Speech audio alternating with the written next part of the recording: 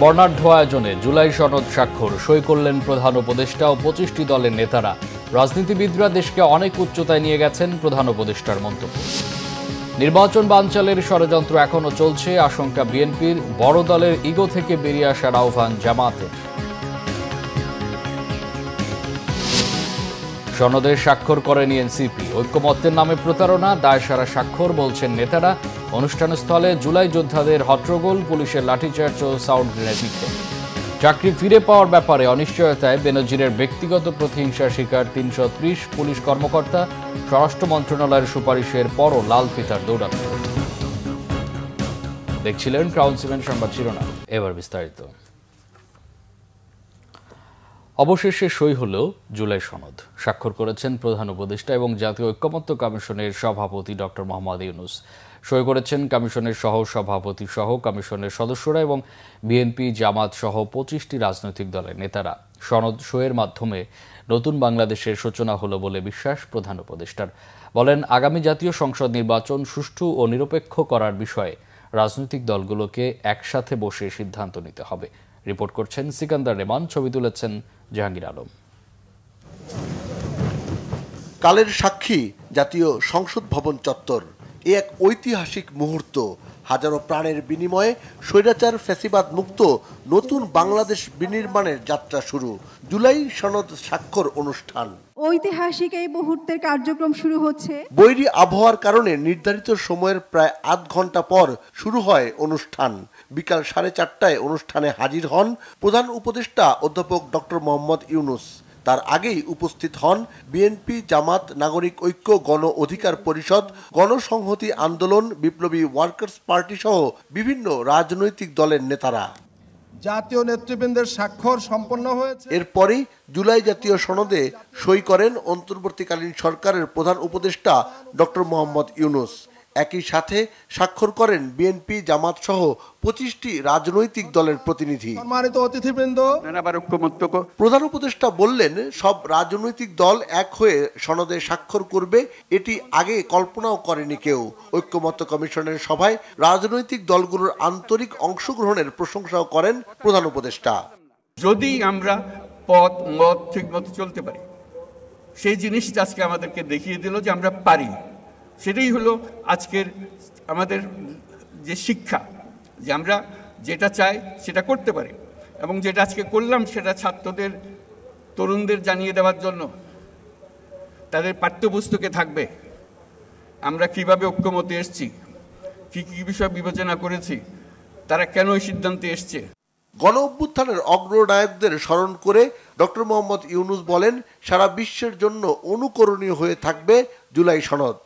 আমার বাংলাদেশ পরিবর্তন হবে। এই পরিবর্তন সম্ভব হলো ওই গণ অভ্যুত্থানের কারণে, ছাত্র জনতার অভ্যুত্থানের কারণে।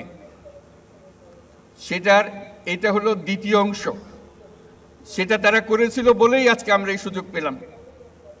আমরা পুরনো কথাবার্তা সব পাল্টে ফেলে নতুন কথাগুলো আমাদের জীবনে নিয়ে আসলাম, আমাদের জাতীয় জীবনে নিয়ে আসলাম, আমাদের সংবিধানের পরিবর্তনের মধ্যে নিয়ে আসলাম।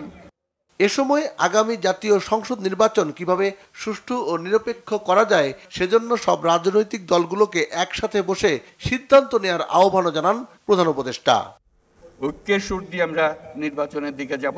ফেব্রুয়ারিতে নির্বাচন হবে এবং এই ঐক্য যেন বজায় থাকে। আজকে ঐক্যমত্যে আমরা যেরকম সনদ করলাম, এই রাজনীতির ব্যাপারেও, নির্বাচনের ব্যাপারেও আপনারা রাজনৈতিক নেতারা বসে, বিভিন্ন দলের নেতারা বসে একটা সনদ করেন কিভাবে নির্বাচন করবেন। সব সংকটের সমাধান করে দেশের স্বার্থে ফ্যাসিবাদের বিরুদ্ধে সবাইকে এক হয়ে কাজ করার কথাও বলেন প্রধান উপদেষ্টা। প্রতিকূল আবহাওয়া, ভিন্ন মত, ভিন্ন পথ, তারপরও জুলাই সনদ স্বাক্ষরিত হলো, যেটি এদেশের মানুষের দীর্ঘ আকাঙ্ক্ষার ফল বলে মনে করছেন রাজনীতিবিদরা। তারা মনে করছেন আগামী দিনে অবাধ, সুষ্ঠু ও গ্রহণযোগ্য নির্বাচন বাস্তবায়নের মাধ্যমে এই জুলাই সনদের পরিপূর্ণ বাস্তবায়ন সম্ভব হবে। একই সঙ্গে জনগণের আশা আকাঙ্ক্ষা পূরণে এবং জনগণের আইনের শাসন, মানবাধিকার বাস্তবায়নে সবাই এক হয়ে কাজ করবে, এমন প্রত্যাশার কথাও জানালেন রাজনীতিবিদরা। সিকান্দার রেমান, বাংলা ভিশন, জাতীয় সংসদ ভবন, ঢাকা। বিএনপি মহাসচিব মির্জা ফখরুল ইসলাম আলমগীর বলেছেন, জুলাই জাতীয় সনদ স্বাক্ষরের মধ্য দিয়ে বাংলাদেশে একটি নতুন অধ্যায়ের সূচনা হয়েছে।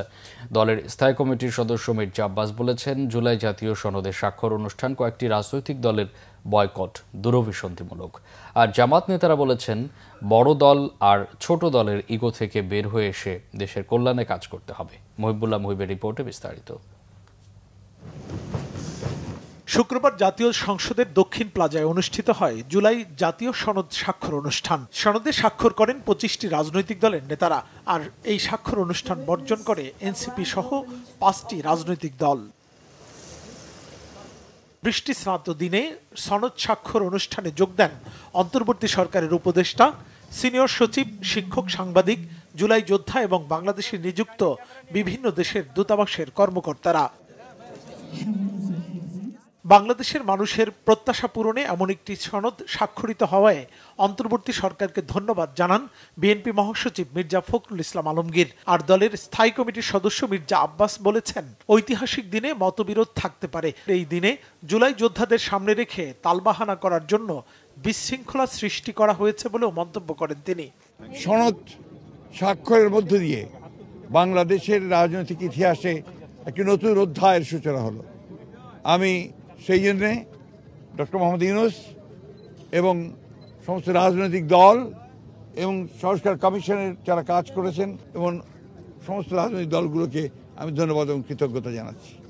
কিছু কিছু দল ডিস্টার্ব করতেছে, এটা আমরা লক্ষ্য করলাম, বাট এটা নতুন কিছু না। এরা সকল সময় বাংলাদেশকে ডিস্টার্ব রাখার চেষ্টা করবে। আমাদেরকে এই সমস্ত বাধা বিপত্তি অতিক্রম করেই এগিয়ে যেতে হবে। আমার তো মনে হয় নির্বাচনের পথ ফেলার জন্য এটা একটা উদ্দেশ্যমূলকভাবে করা হচ্ছে। এটা না, এই ব্যানারটা প্রতি সরকারের প্রতিনিধিত্ব করে এই সন্দেহটা থাকে। ইলেকশন যতক্ষণ না হয় নানা ধরনের বাধা অতিক্রম করার দায়িত্ব হলো প্রত্যেকটা রাজনৈতিক দল, সরকার এবং জনগণের। আজকের এই ঐতিহাসিক দিনে মতভেদ থাকতে পারে, মতভেদও থাকতে পারে, আমার মতের সাথে আপনার মতের অমিলও হতে পারে, কিন্তু তাই বলে একটা এই ঐতিহাসিক দিনে এই ঘটনাটা আমরা তাদের থেকে আশা করি নাই। এ সময় অন্তর্বর্তী সরকারের পরিবেশ ও জলবায়ু বিষয়ক উপদেষ্টা সৈয়দা রেজওয়ানা হাসান বলেন, জুলাই যোদ্ধাদের প্রতি সরকার বরাবরই আন্তরিক, কিন্তু ঐতিহাসিক দিনে জুলাই যোদ্ধাদের এমন বিশৃঙ্খলার পরিবেশ সৃষ্টি করা ঠিক হয়নি। সিদ্ধান্তহীনতায় থেকে গণভোট সঠিকভাবে সম্পন্ন হবে না বলে মনে করেন জামাত নেতা অ্যাডভোকেট শিশির মনির। বৈষম্যহীন নতুন বাংলাদেশ নিয়ে সংশয় জানান আন্তর্জাতিক খ্যাতিসম্পন্ন ফটোগ্রাফার শহীদুল আলম। কেয়ারটেকার গভর্নমেন্টের যে ফরমেশনটা হবে, ওই ফরমেশনের ক্ষেত্রে বিএনপি একটা ছোট্ট জায়গায় নোট অফ ডিসেন্ট দিয়েছেন। তো আমরা মনে করি গণভোটে নোট অফ ডিসেন্ট দিয়ে গণভোটে পাঠানোর কোনো অর্থ হয় না। পলিটিক্যাল পার্টিগুলোর মতদ্বৈততা থাকতে পারে কমিশনের সামনে, কিন্তু জনগণের সামনে যখন যাবে তখন তো মতদ্বৈততার কোনো প্রশ্ন নিয়ে তো গণভোটে পাঠানো। আজকে একটা ঐতিহাসিক পটভূমিতে এই টেনশনটা সৃষ্টির তো কোনো প্রয়োজন ছিল না। সরকার যেখানে সবসময় তাদের সাথে কথা বলে, জুলাই ফাউন্ডেশন বলে একটা ফাউন্ডেশন আছে, সেইখানে কথা বলেই কিন্তু এই বিষয়গুলো সমাধান করা যেত। তাদের 3টা দাবি ছিল, আমি দেখলাম যে ঐক্যমত কমিশন সেই 3টা দাবিও মেনে নিল। দ্বিমত হতেই পারে, কিন্তু দ্বিমতকে কিভাবে আমরা সামাল দেব এবং যারা দ্বিমত করছে তারাও কিভাবে দ্বিমত করবে, দুটোর ক্ষেত্রেই একটা ভিন্ন ধরনের দায়িত্ব দরকার। আমার মনে হয় প্রধান পার্থক্য যেটা হওয়ার দরকার ছিল সেটা হচ্ছে রাজনৈতিক সংস্কৃতির, সেই পরিবর্তন হয়তো এখনো হয়নি। যেসব রাজনৈতিক দল জুলাই সনদে স্বাক্ষর করেনি তারাও আলোচনার মাধ্যমে এই সনদে স্বাক্ষর করবে বলে প্রত্যাশার কথা জানান কেউ কেউ। মুহিবুল্লাহ মুহিব, বাংলা ভিশন, ঢাকা। জাতীয় নাগরিক পার্টির আহ্বায়ক নাহিদ ইসলাম বলেছেন, জুলাই সনদের নামে কিছু রাজনৈতিক দল একত্র হয়ে কোনো কিছুতে স্বাক্ষর করা জাতীয় ঐক্য নয়। কিছু রাজনৈতিক দল জাতীয় ঐক্যমতের নামে জনগণের সাথে প্রতারণা করে একটি কাগজে সাইন করেছে বলে তিনি দাবি করেন। শুক্রবার রাজধানীর ইস্কাটন গার্ডেন রোডে আয়োজিত জাতীয় নাগরিক পার্টির শ্রমিক সংগঠন জাতীয় শ্রমিক শক্তির আত্মপ্রকাশ অনুষ্ঠানে নাহিদ ইসলাম বলেন, সমাজের সব অংশের মানুষ একত্রিত হয়ে লড়াই করার মাধ্যমে জাতীয় ঐক্য প্রতিষ্ঠিত হয়। জুলাই সনদে সই করার মাধ্যমে জাতীয় ঐক্য প্রতিষ্ঠিত হয় না উল্লেখ করে তিনি বলেন, ঐক্যবদ্ধভাবে মানবিক রাজনীতি প্রতিষ্ঠা করবে জাতীয় শ্রমিক শক্তি। বলেন, শেখ হাসিনার ফ্যাসিস্ট শাসনামলে শ্রমিকরা সবচেয়ে বেশি নির্যাতিত হয়েছিল। জাতীয় শ্রমিক শক্তি বাংলাদেশের সব শ্রমিকদের মুক্তি এবং মর্যাদা প্রতিষ্ঠার লক্ষ্যে কাজ করবে। জাতীয় ঐক্য বলতে আমাদের দেশের কিছু মানুষ মনে করে শুধু কয়েকটা রাজনৈতিক দল এক টেবিলে বসলেই জাতীয় ঐক্য হয়ে যায়। আজকেও জুলাই সনদ নামে একটা সনদে কিছু রাজনৈতিক দল একত্র হয়ে স্বাক্ষর করবে এবং এর নাম তারা দিতে চায় জাতীয় ঐক্য। আমরা মনে করি এটা কোনো জাতীয় ঐক্য নয়। জাতীয় ঐক্য হচ্ছে এখানে যেখানে ছাত্র, শ্রমিক এবং নানান পেশাজীবীর মানুষ একত্রিত হয়েছে। জাতীয় ঐক্য হচ্ছে তখন হয় যখন সমাজের নানান শ্রেণী মানুষ, সমাজের সব অংশের মানুষ তাদের একটি স্বার্থের ভিত্তিতে, দেশপ্রেমের ভিত্তিতে একত্রিত হয়ে লড়াই করে, যেটা আমরা দেখেছিলাম জুলাই গণ অভ্যুত্থানে। জুলাই গণ অভ্যুত্থানে আমরা কোনো রাজনৈতিক দলের ব্যানার দেখিনি।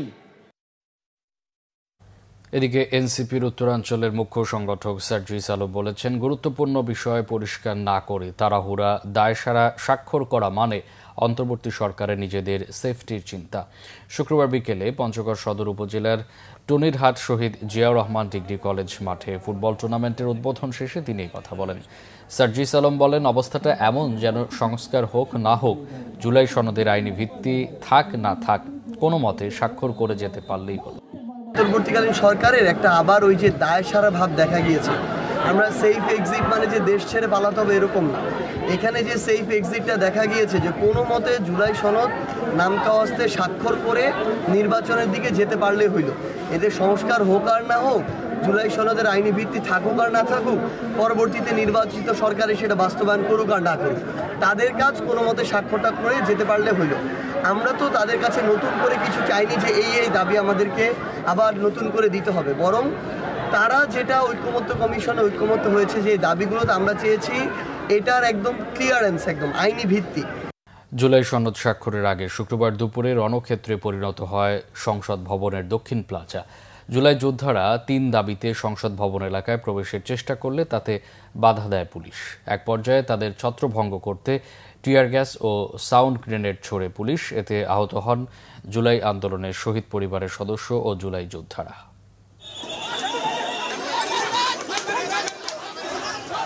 চলছে ধাওয়া পাল্টা ধাওয়া। একদিকে পুলিশ, অন্যদিকে 24 জুলাই গণ অভ্যুত্থানে শহীদ পরিবার ও আহত যোদ্ধারা।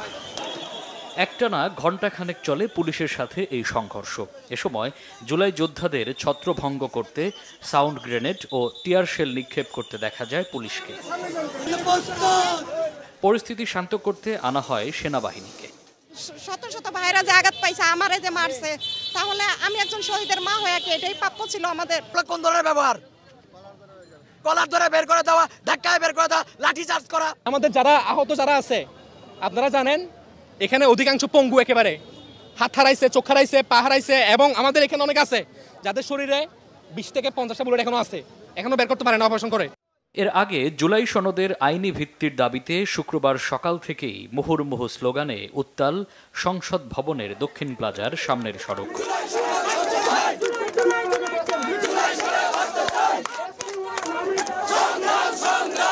সনদ স্বাক্ষর অনুষ্ঠানকে নিছক রাষ্ট্রীয় আয়োজন হিসেবে উল্লেখ করেন তারা। সন্তান তো হারাইয়ে ফেলছি, মানে এরকম সুস্থ সবল একটা সন্তান। আমি তো আমার সন্তানকে পড়ালেখা করার জন্য ঢাকা পাঠাচ্ছি। এইভাবে যে সবচেয়ে বেশি খারাপ আমার কখন লাগে যে নিজের দেশের সরকার যে নিরাপত্তা দিব শপথ করে আমাদেরকে, মানে তার বাবা দেশের বাইরে যখন যায়, মানে এই দেশটার উপরে তো ভরসা করে রাখে গেছে যে তার সন্তান এই দেশে নিরাপদ। তো এরকম মানে দেশে যাতে আর এরকম স্বৈরাচারী সরকার কখনো না আসে। আমরা যে এতগুলা মানুষ রক্ত দিলাম, আমরা আহত পঙ্গুত্ব বরণ করলাম, আমরা তো বেশি কিছু চাই না। আমাদের এখানে সনদের ভিতরে স্বীকৃতি দেওয়া হোক। আমাদের কাছে পুরোপুরি মনে হয়েছে যে একটা কিংবা দুইটা রাজনৈতিক দলের পুরোপুরি ম্যান্ডেট নিয়ে জুলাই সনদটা তৈরি। এখনো আমি আশা করি যে হ্যাঁ, পরিবর্তন হবে, আমার ভাইয়ের সে প্রত্যাশিত বা আমাদের সকলের সে প্রত্যাশিত পরিবর্তনটা হবে, সেই আশা নিয়ে আমি আসছি। এটা আমরা অবশ্যই বয়কট করেছি, আর এটা মানে না বিধা হচ্ছে আমরা এখানে আন্দোলন নিয়ে এসেছি। এখানে অনেক দুষ্কৃতিকারী আছে।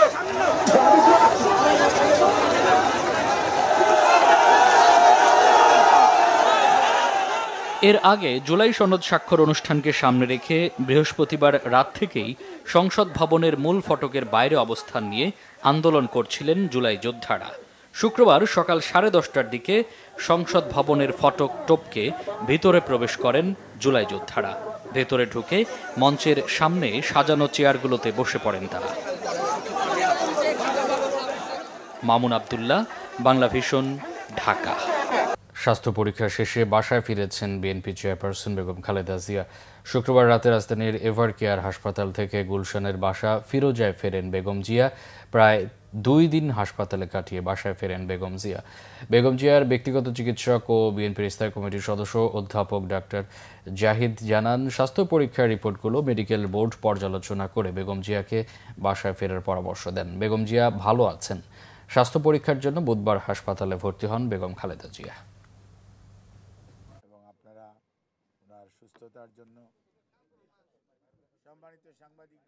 দেশবাসীর দোয়া এবং আল্লাহর শেষ মেহেরবানিতে এবং রহমতে উনি কিছুটা শারীরিকভাবে সুস্থ হয়ে চিকিৎসকদের পরামর্শক্রমে কিছুক্ষণ আগেই উনি ওনার বাসায় এসছেন এবং আপনারা ওনার সুস্থতার জন্য দেশবাসীর কাছে আপনাদের মাধ্যমে উনি দোয়া চেয়েছেন এবং যারা ওনার জন্য সুস্থতার জন্য দোয়া করেছেন এবং আপনাদের প্রতি উনি কৃতজ্ঞতা জানিয়েছেন।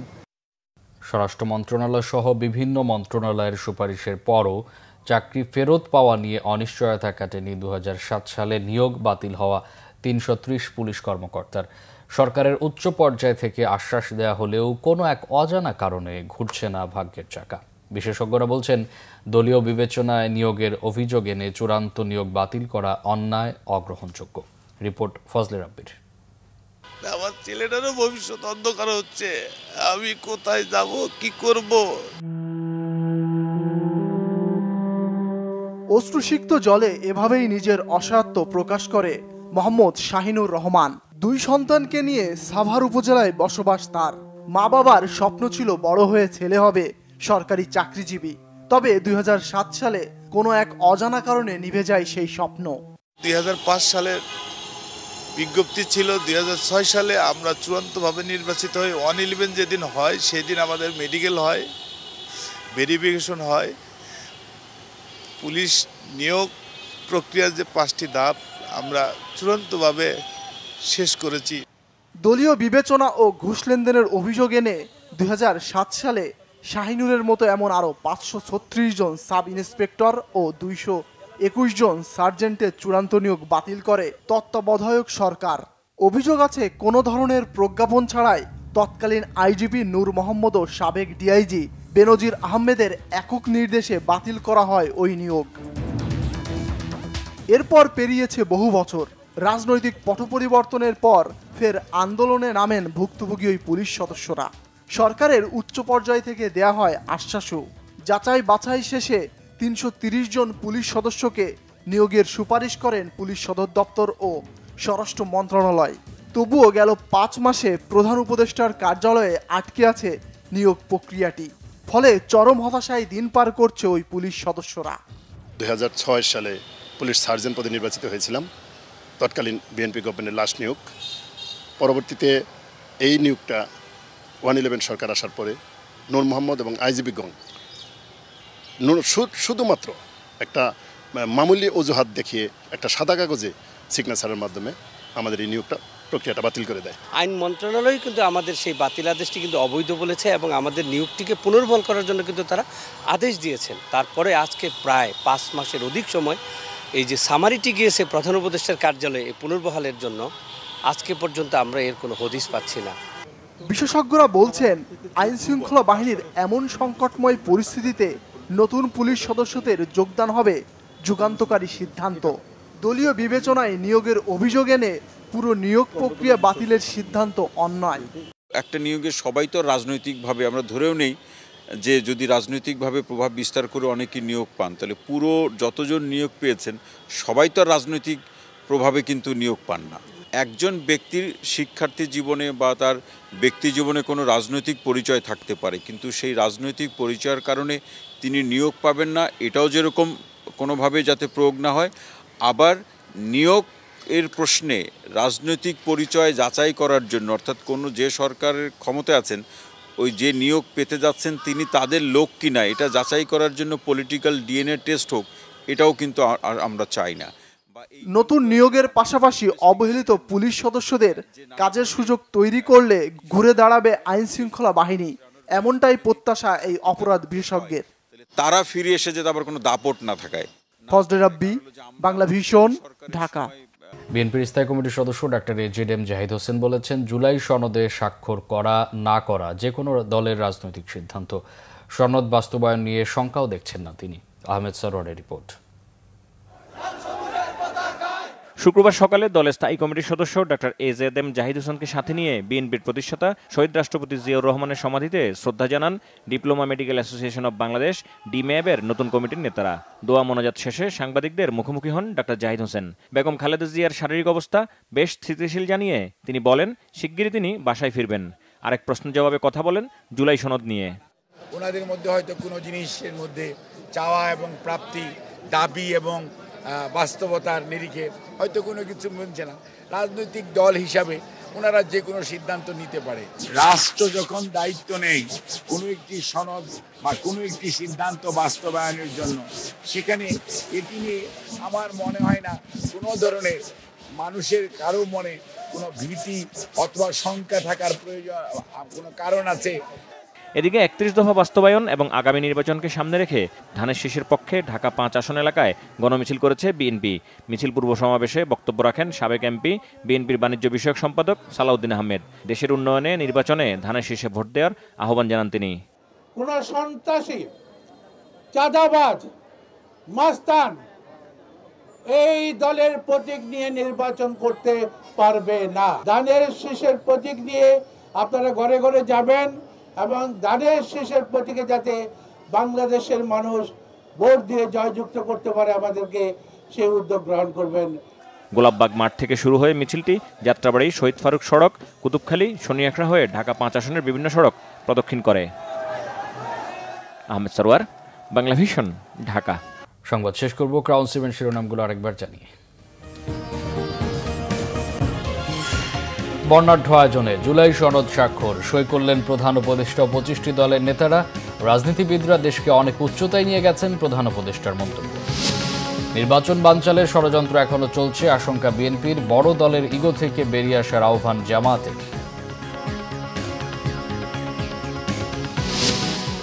সনদে স্বাক্ষর করেনি এনসিপি, ঐকমত্যের নামে প্রতারণা, দায়সারা স্বাক্ষর বলছেন নেতারা। অনুষ্ঠানস্থলে জুলাই যোদ্ধাদের হট্টগোল, পুলিশের লাঠিচার্জ ও সাউন্ড গ্রেনেড নিক্ষেপ। চাকরি ফিরে পাওয়ার ব্যাপারে অনিশ্চয়তায় বেনজিরের ব্যক্তিগত প্রতিহিংসার শিকার ৩৩০ পুলিশ কর্মকর্তা।